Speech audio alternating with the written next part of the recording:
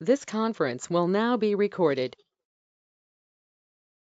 Good morning, everyone, and welcome to a webinar that we've put together to think about programming for the summer. So we had a web meeting a few weeks ago to think about programming in general for outdoor spaces. And since then we've developed a guideline for outdoor summer programming that Noelle led. And we sent that out to our directors on Friday. We will make that available. It's on our website now, so everyone will have access to that. It's kind of like the guideline that we did for this sector, but it's specific to summer programming. And today we've gathered together 3 leaders in summer camps that have put a lot of thought into how camps can safely be undertaken this summer with COVID considerations. And I'd like to start with introducing Noelle Virtue. Noelle's been with BCRPA as our project manager for about 6 years. And you'll know her name and her voice from the before and after school programs. Choose to Move, basically any program that we run through you is managed by her. Stephanie Eby from the Township of Langley she's a hi-fi trainer, and she's done a lot of work for us. She's going to be, or has been, developing some resources for our summer camps. And Ryan Weber is from New Westminster. Ryan has a summer camp plan in place that he's going to share with us. And Erin Baumer from Surrey has quite an extensive summer program and the considerations that she's going to share with us. So I'll turn it over to Noelle. Thanks, Rebecca. So yeah, we thought this would be a really helpful confab to have with everyone. We know a lot of people are looking to provide summer day camps for children this summer. And there are a lot of questions coming up. So we're hoping that our 3 panelists will be able to help support and answer some of those questions for you. Things like ratios, policies that need to be in place. And we were fortunate enough for our before and after school recreation grants to be able to use our spring funding to support those organizations that receive the funds for their summer day camps as well. So we do know that there will be quite a number running over the next few months. So each of our panel members will speak for about 10 minutes. Please type in your questions into the chat box, and I will read those out at the end of the 3 presentations. If we have any additional follow-up questions to ask those who have typed in the questions, I may call on you to just unmute yourself, but otherwise, if you can stay muted throughout the presentation so that we're not getting any feedback, that would be wonderful. And yeah, I'd like to introduce our first speaker, which is Stephanie Eby.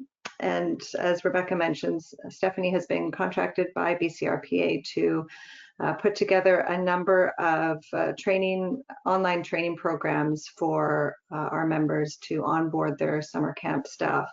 And one of those in particular is looking at physical distancing measures that need to be in place during the camps, as well as how to keep it fun and engaging while you're keeping your distance. So I'll pass it over to Stephanie now. All right, thank you, Noelle. Like Noelle mentioned, I've been contracted to run these 6 online trainings, and this one is focusing on physically distant camps, keeping the fun and the social aspect of it. The online training is geared towards your instructors, but today I wanted to pull out and highlight some pieces that will really be more applicable to this group of that programmer or higher level. And so I'm going to share 4 things that you can do to set your camps up for success and really ease both your campers and your leaders, your parents into the process. So the first one was a resounding fact that I found in all my research, is that preparation for your campers before they arrive on what it's going to look like and feel like to them. We know that it's going to be different, and we want to try and ease some of that anxiety and fear. There's so much of that unknown in today's world, so we want to try and ease as much of that as possible. So finding a way to let your registrants know what camp will look like, including things like what sign in and sign out will look like, where your camp will take place, how you'll ensure safety, and then of course how much fun it'll be throughout the summer. And one of the things that I really found through some of my research is that the way that we phrase that information will really help set up your campers to have success. So a suggestion that I had coming from that was, if you prepare the letter ahead of time directed to your children, so that the parents can read it to them on what camp will look like and feel like, it'll ensure that the information is presented in a positive way and gives the parents the tool to relay that information. If in case they don't have a background in setting that up and things like that. So if you can have that prepared so that it's sent to them right as like a registration confirmation, that will be a great tool for your participants to have that information ahead of time and ease some of that anxiety. It's kind of like when we say to our kids, oh, you won't like that food or that movie, and they go into it with a preconceived notion that they won't like it. This way we want to have the opposite effect, where we're going to let them know how much fun it is going to be and how much they're going to enjoy it, so that they come with that expectation. The second suggestion was to make sure your leaders are comfortable fielding questions or responding to statements that might come up about the virus or how different camp looks or feels. And really preparing them that they can respond with empathy, that they don't have to disregard the conversation or the emotion, that expressing empathy doesn't mean you're saying camp isn't fun. We can still validate that emotion, and we may want to look at tools to help leaders feel comfortable doing that. And the online training is going to go through that concept and give them some tips to be able to field with empathy and validation. The third area is to have leaders focus on the positive instead of what can't happen. So really setting it up with success. So for example, instead of saying, hey guys, we can't play tug of war this summer, so we're going to try playing camouflage instead. Making that statement all your campers hear is what they can't do, and that this next game isn't as fun as the one that they used to do last summer. So instead, trying to phrase it instead like this: I found the best new game to play this summer, and this location is perfect for it. And then explaining the rules of camouflage. If a child does ask or complain that they want to play tug of war, or last summer they got to do some games that they can't do, again, going back to that previous suggestion of validating that emotion, that yeah, that game was fun to play, but this summer I've learned a ton of new games, and I'll bet you like some of them just as much or even more than tug of war. So let's try them. And really just a small switch in how you phrase it, but setting it up with what they get to do versus what they don't get to do. The last tip I had for organizers was to be very aware of your staff's needs. A result of working during this time and trying to instill extra positivity and fielding extra emotions from campers is that you may find your leaders get burnt out a lot faster this summer. For those of us that ran any kind of spring break camps, you may have witnessed that already. I know in my organization, we did only 2 days of spring break camp, and I didn't realize how much I had taken on mentally as far as, supporting staff, talking to parents more, helping out with any kind of campers, with any kind of worry. By the time we canceled camps for the rest of spring break on the Tuesday, the weight that was lifted off my shoulders. I went to the grocery store later that night and was literally dancing down the aisles because I just felt so much lighter.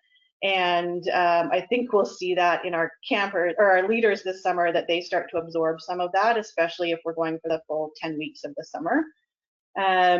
So I was going to suggest really looking at the following areas to try and absorb some of the mental load from your staff.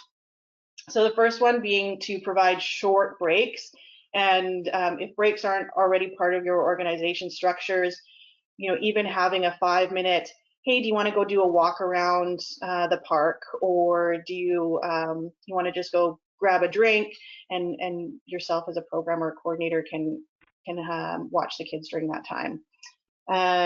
And if you can't provide that break, even providing an extra check-in. So throughout the day, visiting and just asking how it is, anything come up that you feel you can't handle. So you're really on top of how your leaders are feeling.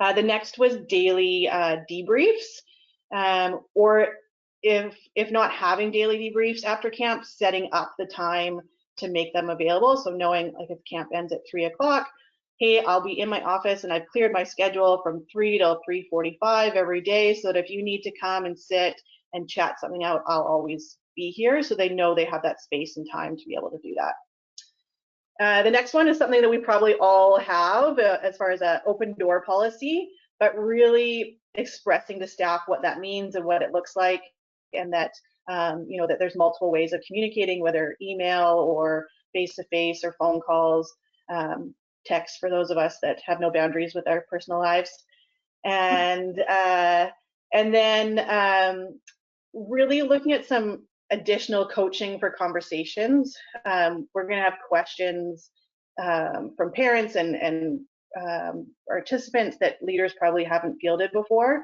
and letting leaders know that if they don't know how to respond, it's okay to say, I don't know, and that you would provide that additional coaching for how that might happen. The next tip was making sure your staff is aware of employee assistance program if your facility or organization has one, and making that access even easier. So rather than saying, oh yeah, we have an EAP, making sure, you know, everyone has the card or the handout or whatever it is, so it's super easy to make that connection for the staff. And then lastly was really expressing your gratitude for them being there, and acknowledging that the mental load of this summer will be different. Summer camp always experiences that kind of halfway, three-quarter burnout anyways, but I would anticipate you're going to see that potentially week 1, week 2. So some of those recognition pieces that we typically do in summer might need to happen a lot earlier. So the online training will touch on these 4 areas that I just reviewed, but more from a place of how leaders can get more tools to be able to enact some of them, as well as a place where they can advocate for themselves and prepare themselves leading up to summer.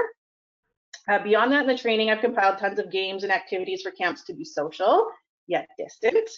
And I love that so much of the province or community, country has really switched from socially distant to physically distant, because we really want to highlight that while we might not be hugging each other, we're still going to be social, and that fun aspect is still going to be there.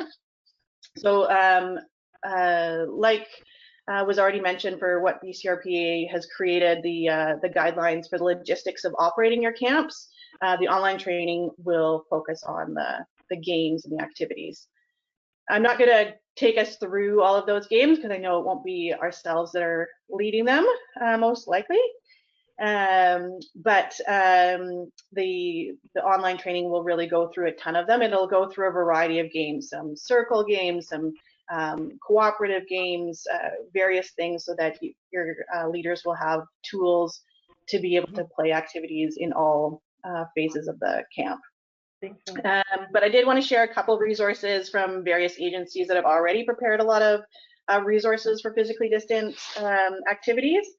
So Sport for Life has created a whole bunch of videos on how to offer physically literate activities while being physically distant. And they have a great tool. I think last time I checked, there was about 6 different videos. And Actor for Life has always sent out activities, but they've really focused on how to be able to do that while being physically distant. One that was my favorite and that I even did with my own child is they had a dice that you can print out, and the kids can cut it out and then glue or tape it together, and they roll the dice, and it gives them an activity to do. And then it's also a great take home to be able to continue that from home. A website that I found is called Asphalt Green. I'm not sure if anyone's heard of it before. It does come from more of a school education background, but it lists out hundreds of games, the exact rules, how to play them. There's videos for some of them. There's modifications, there's cues, there's conflict resolution tips. And it's a really great resource, and it describes, what age it would be appropriate for. So those are just a couple of the highlights that I wanted to point out for some agencies to be able to go to for some already compiled ideas. And then, of course, the online training will go through them even more in detail and prepare any of your staff to be able to play them. Wonderful. Thanks so much, Stephanie. And I should just point out that the online training will be available on the BCRPA e-learning site, probably the week of June 15th, I believe. And just a reminder, if you have any questions on any of these presentations, to please just type them into the chat box and I'll read them out at the end. So our next speaker is Erin Baumer, who is the Community Services Coordinator at the City of Surrey. And Erin will provide us some information on what they have planned for this summer with their summer day camps. Erin, over to you. Thanks, Noelle. Can everybody hear me okay? I'm just trying this mic for the first time. Okay, good.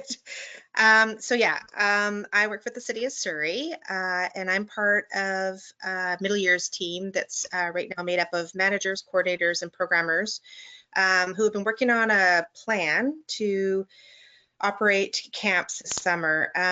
As of today, our plan is still under review, but I'll give you some of the key highlights of what we've been working on the last few months. So the City of Surrey is reviewing options to offer limited camps across parks, recreation, and culture. So we're working across all departments, not just recreation. And we're looking at it in the range of about 13 to 20% of our 2019 camp offerings. So quite a big decrease in what we're offering. We will be offering camps throughout the week at various locations, still to be determined. We haven't determined those sites, but more than likely our smaller sites such as halls or smaller rec centers. No more than 8 weeks worth of camps. We're looking at a staggered start. So most camps will start July 6th, some the following week, the 13th, but all camps will end August 28th. If approved, camps will be offered to the general public. So first come, first serve, typical offerings. Our current registration date is set for June 14th. Fingers crossed that will happen. Fees for camps haven't changed. We're still basing them on our current fees and charges. For children's camps, we've proposed a 1:8 ratio with no more than 16 children per week per location. There's an opportunity to scale up if we see the demand and we have the staff available. Currently, we're operating on a model of no staff recall, so it will actually be existing full-time staff operating camps at locations. And this is based on a break-even model, so the ability to ensure that we can adhere to public health guidelines such as physical distancing. For licensed preschool, we're proposing to operate a 1:4 ratio with a max of 8 per week per location. These are all licensed locations. So we're accessing the temporary emergency funding to offset the increased cost of staff with a smaller ratio. We've proposed to offer camps on a weekly registration basis only, no dailies. This allows us to work with one cohort of children for the week instead of new children joining the cohort daily. And we believe that this is important to reduce transmission. We intend to offer our camp connections, which is our before and after care. However, again, it will only be weekly and there will be an AM and PM offering. This will also be at limited sites. So right now we're only proposing one site. And then again, we can upscale it if we see the demand for that. Our goal is to offer camps that operate mainly outdoors. So we're looking at about 80 to 90% offering outdoors. However, we've been very strategic in the sites that we've picked so that we can access indoor space if there are any air quality, heat, smoke advisories, and also to use washrooms and hand washing facilities. The PRC team has been working on adapting policies, procedures, guidelines. So we're adapting approximately 11 of our policies to a pandemic version of all of these, and it's been quite a bit of work. So again, those are all in development right now, and hopefully they'll be approved in the next few weeks as we're planning our training the week around the June 15th week. So we're pretty tight. We've offered the summer camps the summer camps that we're offering will operate under strict guidelines developed in conjunction with Fraser Health, provincial mandates, and health and safety standards. We sought guidelines from the COVID-19 guidance for childcare settings and COVID-19 guidance for K-12, as well as the BCRPA guidelines for restarting operations. We've not finalized the process for handling outbreak mitigation and response. This will be sitting with our OHS department as we move forward in the approval process. Some of the new guidelines that we have been creating specific to COVID-19 are a physical distancing guideline, first aid during COVID-19 procedures, and an enhanced cleaning protocol that will be trained to all staff, not just our building cleaners and our building service workers.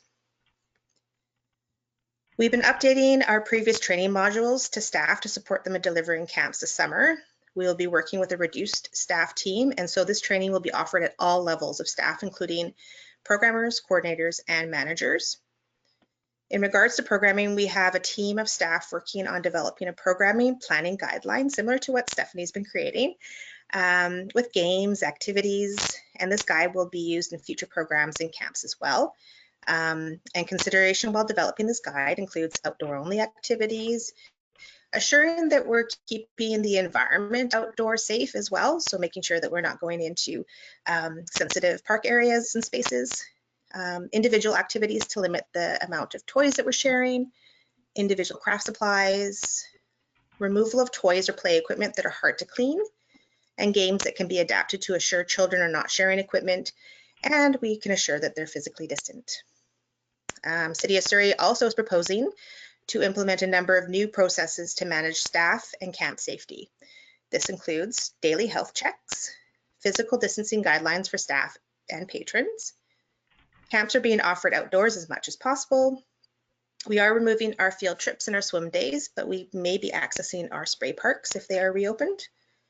Children will remain in cohorts of 8, so each group will not mix with another cohort of 8, and then in the case of preschool, it's a cohort of 4.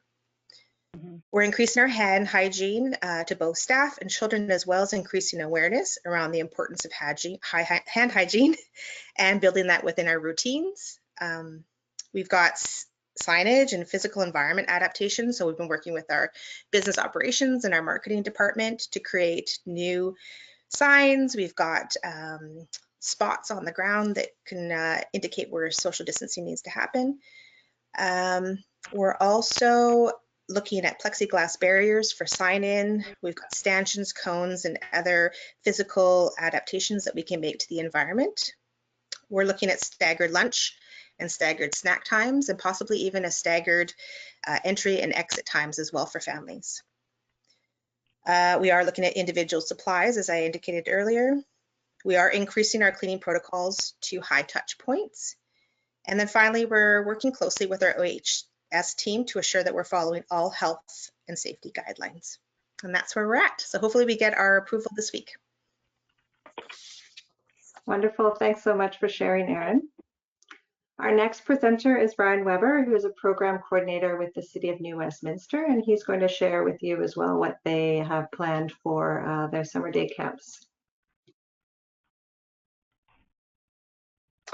Hi everyone, welcome, and I hope everyone's doing well during this strange and quick changing times that we're in right now. What I'm going to present today has already been approved by council to go ahead with. Having said that, like Erin, there is still a lot of moving parts, a lot of policies that we're still working on, and a lot of structure we're still working on. So some of the things I'm presenting today are still in the development phases.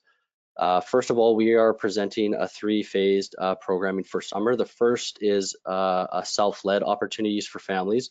An example of these is a tree species tour in New Westminster, hidden gems walk, learning circle in Queen's Park, and nature art projects for people to do at home. The second portion is short 2 to 3 hour art-based programs that are based outside. Learn to draw, learn to paint. These programs will have a 12 participant cap with 2 staff. The third portion, which we're focusing on today, is our outdoor discovery day camps. These will also be located in our parks, 3 sites across the city.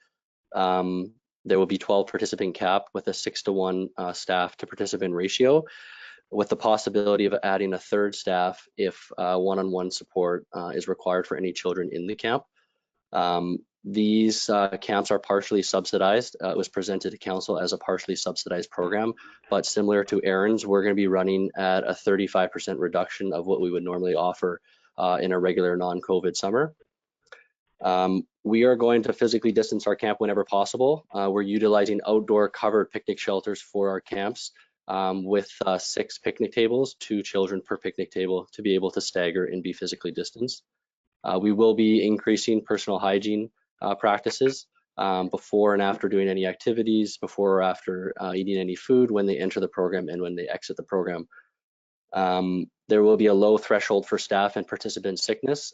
This is included in a new healthy participant policy that was developed for these programs as well as programs when our facilities reopen. It does touch on a brief screening, but the screening process would be brief questions with participants as they arrive for the program. How are you feeling today? Are you prepared for camp? Those type of questions. Not anything extensive as we are not medical staff. Program check-in will be located separate from the program location. So this is something we're still working on, is where we want parent and guardian to drop off their children that's distant from the rest of the children that will be in the program. All of the services will be outside, so that's a little bit tricky at this point. Similar to Erin's programs, we have eliminated any use of public transit or third-party transit options. We have eliminated any third-party out trips. We will be looking at the option of using our park amenities, possible spray parks, and possibility of the outdoor pool, but due to its location, only one camp may be able to use it. We're looking at the creation of supply kits for children so they don't have to share repetitive items like crayons, pencils, and paper. We will have a heavy focus on outdoor use, nature, and our urban forests that we have in our city. We hope that this program offering will be something that we can add to our program offerings in the future. It's something newly developed, and that's how we presented it to council. We have, like Erin, eliminated any daily registrations to prevent other kids from entering on different days. So whoever is registered for the week is all the registrants that we will have. There are no before and after camp offerings, no AM, no PM. We have no access options to indoors, washrooms only. Having said that, we're currently working on an air quality policy for these programs, if it would be strictly a cancellation or what our options are. So once that's developed, we'll have to present that to families. We are also aiming for June 15th week of registration, possibly June 17th. We will be offering training for staff that week as well, and we are recalling auxiliary staff on a qualified basis to run these programs. These will be auxiliary staff that are coming back. We do have an expression for interest out to staff that'll be running this week. Due to the fact of timing, our proposal for City Council was developed before BCRPA released their guideline for restarting. So we had to do quite a bit of research, like Stephanie, on what would be best for our programs. So we referenced the Community Care and Assisted Living Act for our ratios. We had already run our day camps at an 8-to-1 ratio, so we dropped it to a 6-to-1 to allow for effective physical distancing and effective operations of the programs. We referenced WorkSafe BC for our OFA requirements for staff assisting other staff. And then we're currently researching what our first aid policies will look like. So we're utilizing the Life Saving Society and Red Cross for what our first aid standards will look like. That are all is all included in the guideline for restarting. So it's a very helpful tool that's come out now that we're going to utilize for any policies that we're developing going forward. So that's what we're looking forward to doing in New Westminster this summer. Thank you. Wonderful. Thanks so much, Ryan. So we do have a few questions for you guys. One is, will you be giving any registration priority to essential workers, like essential service workers for the day camps? And if so, what will that process look like? So I can go ahead, Ryan. Okay.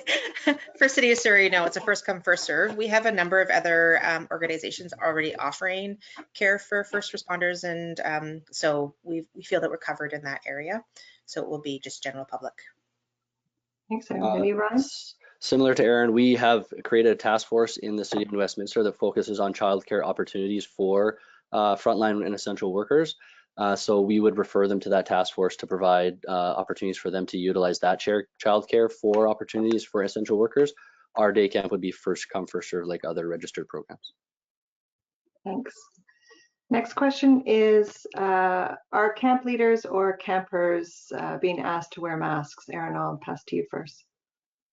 No, we're not requiring either. The only instance that we are requiring or we're proposing that they would wear a mask is if a child identifies themselves as being ill, and then we would isolate that child. And then we have a protocol that we're building around what that will look like under our health and illness policy. And that's the only time. So it's optional. If they choose to do it, they can do it, but we're not requiring them to do it. Thanks. And Ryan? Yes, we are not asking staff to wear masks. As part of the OFA from WorkSafe BC, when you're administering first aid, they recommend that the person that is receiving the first aid wear a mask and the person providing the first aid wear a mask. So we will have those on site for first aid purposes once the policy is developed, but just for straight participation in our program, they will not be wearing masks. Thanks. And I should mention the BCRPA guidelines that have just come out for day camps. We have also suggested that that be an optional piece, but that staff have access to PPE if they feel the need to have that. And again, as Erin mentioned, if a child presents with some symptoms and they want to ensure that they are protecting themselves, that they can easily access a mask if needed. If I can jump in about masks too, one thing that I've come across in some of my research is if leaders are wanting to wear masks or kids are wanting to wear masks, having the option to maybe draw on the outside, so it just makes it a little bit more fun and less clinical and less scary. So even like a sticker or something that would take away some of that foreignness feeling. Great, thanks, Stephanie. Next question is, how will people handle those who are requiring one-to-one support, and how will they ensure the safety of that support worker? So Ryan, you touched on this a little bit, just saying that you would have an extra staff member present, but maybe you can provide a little bit more information on how you can ensure the safety of that support worker. So we work with Fraserside Community Services in New Westminster. It's a not-for-profit group that provides us with support workers for day camps. So we won't default to them, but we'll work with them in terms of what their workers' role is in the program and how they would best integrate a child that requires one-on-one support into our services. So it's not a direct answer to the question, but we will defer to a professional in terms of what they're going to bring to our program. Okay, thanks. Erin, do you have anything to Yeah. add to that? Or? So I'm actually the accessibility and inclusion coordinator for the city of Surrey, so I oversee all the one-to-one support.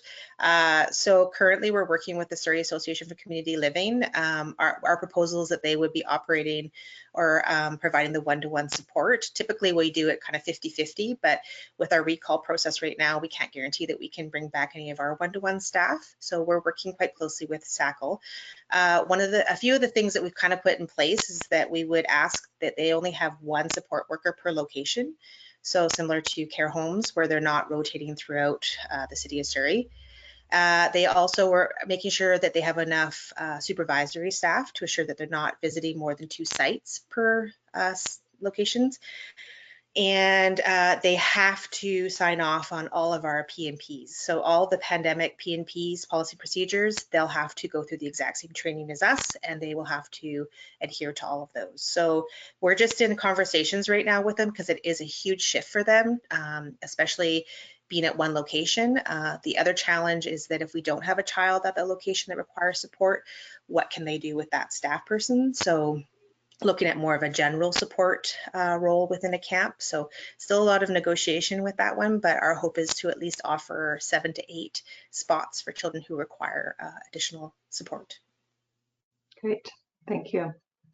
Next question is, are you limiting the number of weeks someone can register for camp? So if someone wanted to register for every week all summer, are they able to do that? We're not limiting that right now. It's pretty difficult for us to do, but we are limiting our number of weeks of support. So previously we would have offered 2 weeks of support. This year we're only doing 1 week of support. Okay, thanks. Ryan, anything in So addition? On our first initial registration date, we are going to limit families to 2 weeks, and then after that, first initial registration blast that we get, we will open up to additional weeks if there's spots available. Perfect, thank you. Are you requiring any COVID-specific consent forms or waivers, Ryan? As part of our healthy participant policy, we will just be asking questions at drop-in as part of our drop-in procedure when families drop off children. So there won't be a full questionnaire. It'll be 2 questions to address each participant.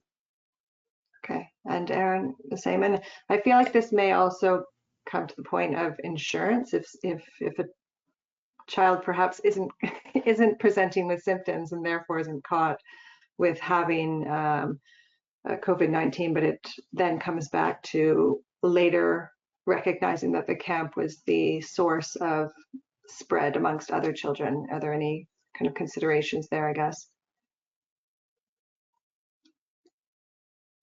That's where we're working with our OHS department to kind of determine for us. So leaving it at that higher level, more expertise piece. Okay. Yes, and we're also leaning on Fraser Health on guidelines on reporting if a case does come up into our camp, and then how do we report that out to parents, and how do we track each one of those kids going back to their home environment. So we'll wait for information from them and then institute that into our operation. Great, thank you. We have a couple questions here around fees for registration. Are you sticking with the usual fees and charges, or have they been adjusted? I think, Aaron, you mentioned that you're keeping yours the same. How about you, Ryan? So the portfolio that we presented to council was a 10% reduction in our fees. So once we took out the transportation, because I saw the question on the side there, once we took out the transportation and once we took out the out trips, it was still quite high due to your lowered ratios. So we presented to council a 10% subsidized reductions, and they approved that.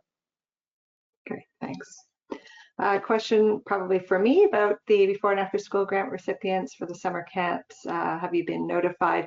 We have sent out a few emails to this effect, but we are sending out a more formal email in the next day or two, also to collect information from those of you that are receiving the grant to find out, you know, what your summer camp situation looks like. So if you haven't received it yet, you should be receiving that in the next day or two. Next question, are either of you communities accepting youth volunteers for camps this summer? We're not doing any volunteers this year. We're just relying on our staff. Yes, we haven't in the past had volunteers in our day camp program, so this summer won't be any different. Okay, thanks. Any considerations for aquatic swim camps with respect to ages, change room usage? Aaron, you're smiling, so I wonder whether you have an answer to that. We're not utilizing any of our pools this year. Our outdoor pools are opening or plan to open, but even at that, most of them are quite far from where our camps are being proposed, so we won't be using pools. Great. And Ryan? Yes, we have an outdoor pool opening as well, but similar to Aaron, the location of our camps just probably isn't feasible in terms of them making the walk over there. So I don't think that will come into play. The only thing that would come into play is if the kids get wet in the spray parks, which we would just utilize our outdoor washrooms, which we are already utilizing, probably on a physical distance rotation basis. Thank you. Next question is, do families have to pay when they register, or do you have payment plan options for them to so that they don't have to pay for the summer in advance? Karen? Yeah, we have payment plan options for them, so they don't have to pay. They pay 50% to start with, and then the other 50% is due the first day of camps. And Ryan? So we have not breached the payment policy yet for day camps. That's something we're in the discussions of talking about. We did unveil a new access and inclusion policy that provides families access to funds at a very low threshold to utilize our day camps. So some families that have issues with paying for day camps would be referred to that program. Perfect, thank you. And have ages for camps been modified this year? Aaron? Typically we offer our fun zone and our preteen fun zone. So fun zone is typically 6 to 9, and then preteen is 9 to 12. We're blending the two. So they will break them up into more age appropriate groups once we meet them all. But at this point, we're not doing separate registrations because we have such a small group. Thank you. And Ryan? Same thing. We had typically run a junior program and a kids program that was all school age kids. The junior program was 5 to 7, and then the kids program was 8 to 12. So we've blended them as well, and we will be doing similar to Aaron, dividing the kids within the group as opposed to what activities they're going to be doing for the day. Thank you. Next question is just being aware that both the City of Surrey and New Westminster are operating at a much lower percentage than you normally do. Is this consistent in other areas? So I guess this is a question for others on the line. And also just interested whether others, how they would respond to the pool question, whether they will be using pools or not. So maybe if those of you on the line are able to type in your responses, I can read those out a little later.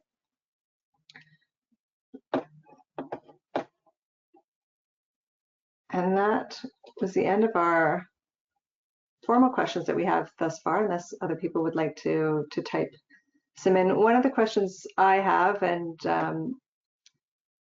this, again, I think we spoke about this last week, so you may not have anything in place as yet, but just something for people to consider. You know, if a child does present with symptoms and is unable to attend camp, what would be the cancellation policies in place for that child? And again, Aaron and Ryan, I'm not sure if you guys have had any further thoughts on that since we last spoke, or whether you're still kind of working on that.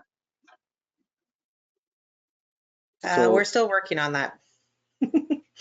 So our healthy participant policy that I referenced a couple times now, it does include in there that if we are the ones that cancel the program, our cancellation policy for other services, non-COVID related, would come into place. So we would, if we cancel the program, we would be providing the refunds. Okay, thank you. And things are coming in fast and furious now. Wondering how long the days will be at during the camps. Is it 6, 7 hours? Ryan? So ours will be a 7-hour program, 9 to 4, trying to keep it as tied to a work day as much as possible to be a respite for people that are going back to work. Great, thank you. And Aaron? Typically ours are 9 to 3, but we do have that before and after option, well, at one location. And then if we see that there is a demand, we will look at expanding that to other locations. Okay. And in response to the question earlier, just regarding what other people are doing with pools, it appears that, I mean, you'll be able to see the responses in the chat box. It appears that most are not using pools or arenas over the summer. And most also look like they are running at reduced numbers and ratios. And there was one question, Ryan, would you be able to share your healthy participant policy?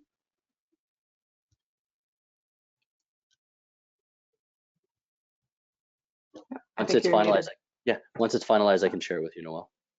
Wonderful, thank you.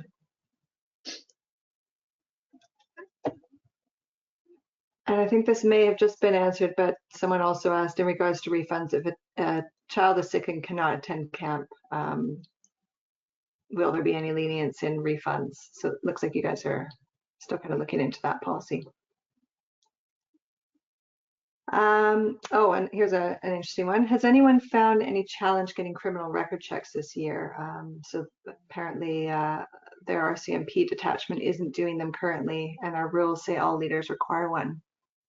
Aaron and Ryan, have you had any issues with that? Yeah, I mean, that was one of our considerations in terms of our hiring process. So a lot of our staff are returning and they would have needed a new police information check, and we were seeing challenges. It's different across not just RCMP, but City of Vancouver and other areas. They have different processes. So we have seen that as a challenge, but our HR department, we have a hiring freeze until today, actually. So that could be expanded. So it's been a non-issue for us. So when we made the decision to no longer schedule our auxiliary staff, we didn't lay any staff off, so they were still active members of our city, so all of their criminal record checks were still active. So the call that we're asking auxiliary staff to come back to does not require a new criminal record check, so that won't be an issue for us. Okay, thank you. And it looks like some have said that their RCMP detachments are doing checks by appointment.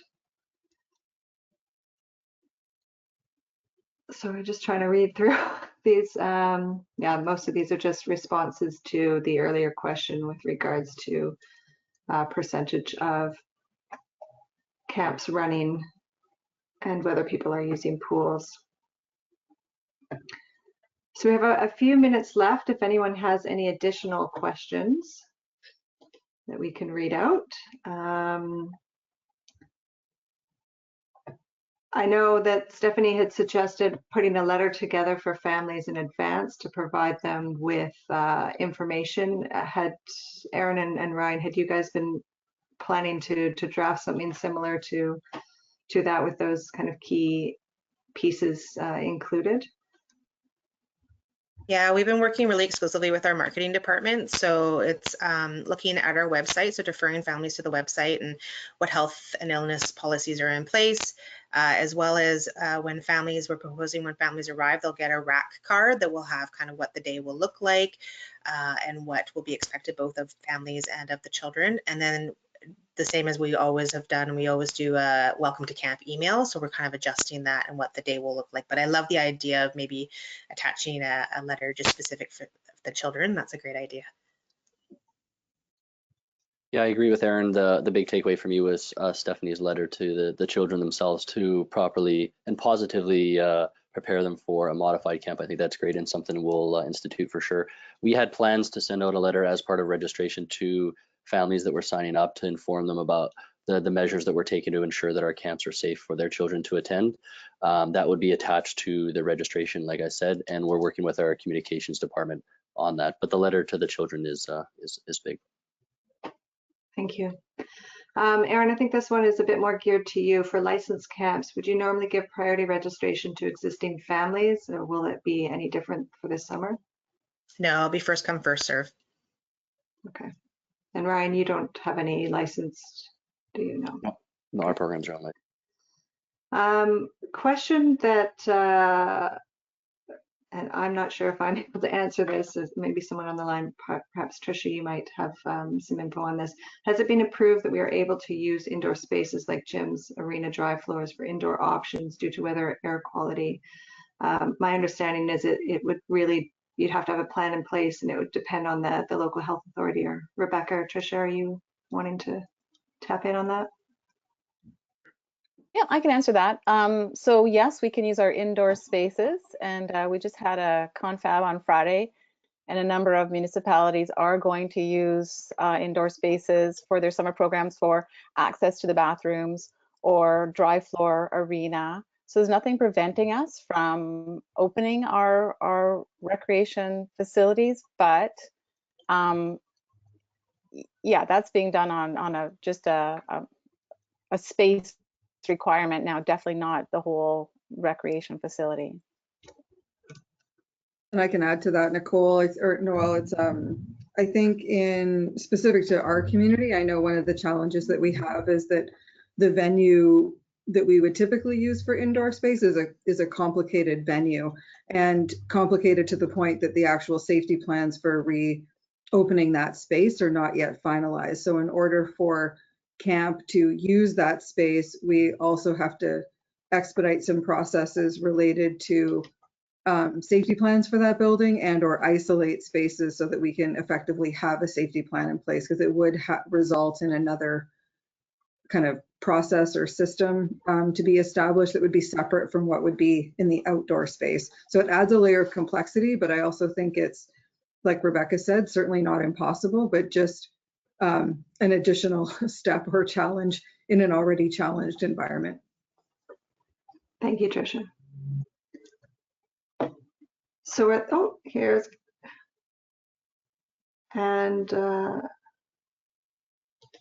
Aaron is actually wondering if anyone else is offering one-to-one support or allowing external support workers, such as a behavioral interventionist, I believe that is, BI.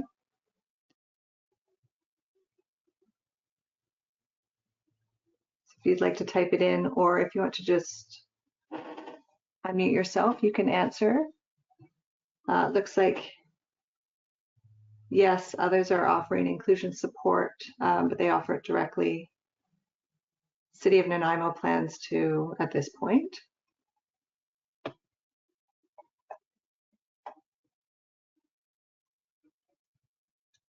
And looks like City of Courtenay is as well.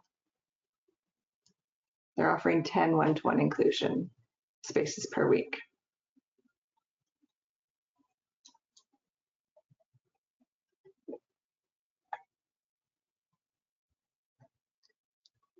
Any other questions at this point that anyone would like to ask our expert panel or others on the line?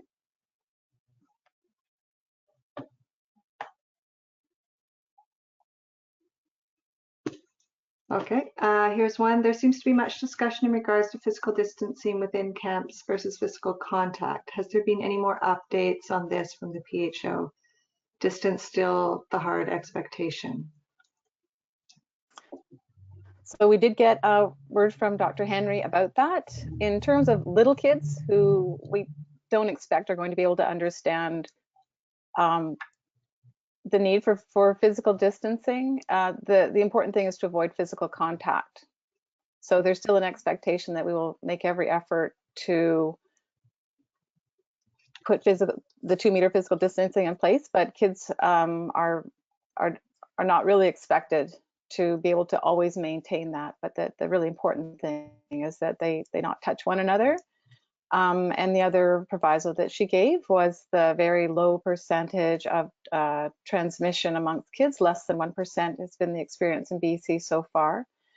So we need to do our best, keep those hands clean and noses wiped, and keep them from touching each other. Thank you, Rebecca. And we have another question. If playgrounds are somewhat empty, will leaders utilize those areas? So Erin, in Surrey, will that be happening? Yeah, we've talked about that. I don't know if they're gonna be super quiet though, but yeah, that would be the expectation. And then again, it would go back to hand hygiene and make sure that we are washing our hands immediately after use. Thank you. And Ryan? We have not had the discussion about what spaces the camps will be using, but we will leaning towards allowing the kids to use the playgrounds as long as they're effectively doing personal hygiene after use of the playground. Wonderful, thank you. So we have a few more minutes left if anyone has any questions they'd like to type in or unmute and ask away.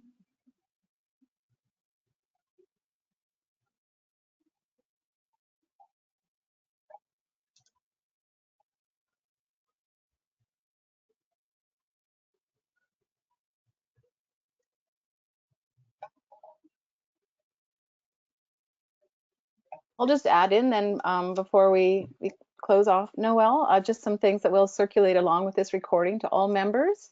We got from MIABC their template for informed consent and also for waivers, but for the age of these kids, that informed consent specific to COVID will be beneficial too. That has been sent to all the directors, but it's also now on our COVID page on our conversation corner, and I think on our resource page as well. And then the guide to summer camps is also on our COVID corner, but we'll include it to all members. Those are the 2 important pieces of resources that are fresh off the hopper that we'll get to you. Thanks, Rebecca. And it looks like we have no more questions at this point. So our panelists did a fabulous job of explaining everything. You guys should be all set now for your summer day camps. Thanks, Noelle. Thanks, Erin, Ryan, and Stephanie. Thank you. Thank you very much. Yeah, thanks for having us and putting this together today. Appreciate it. Thank you. Bye, everybody.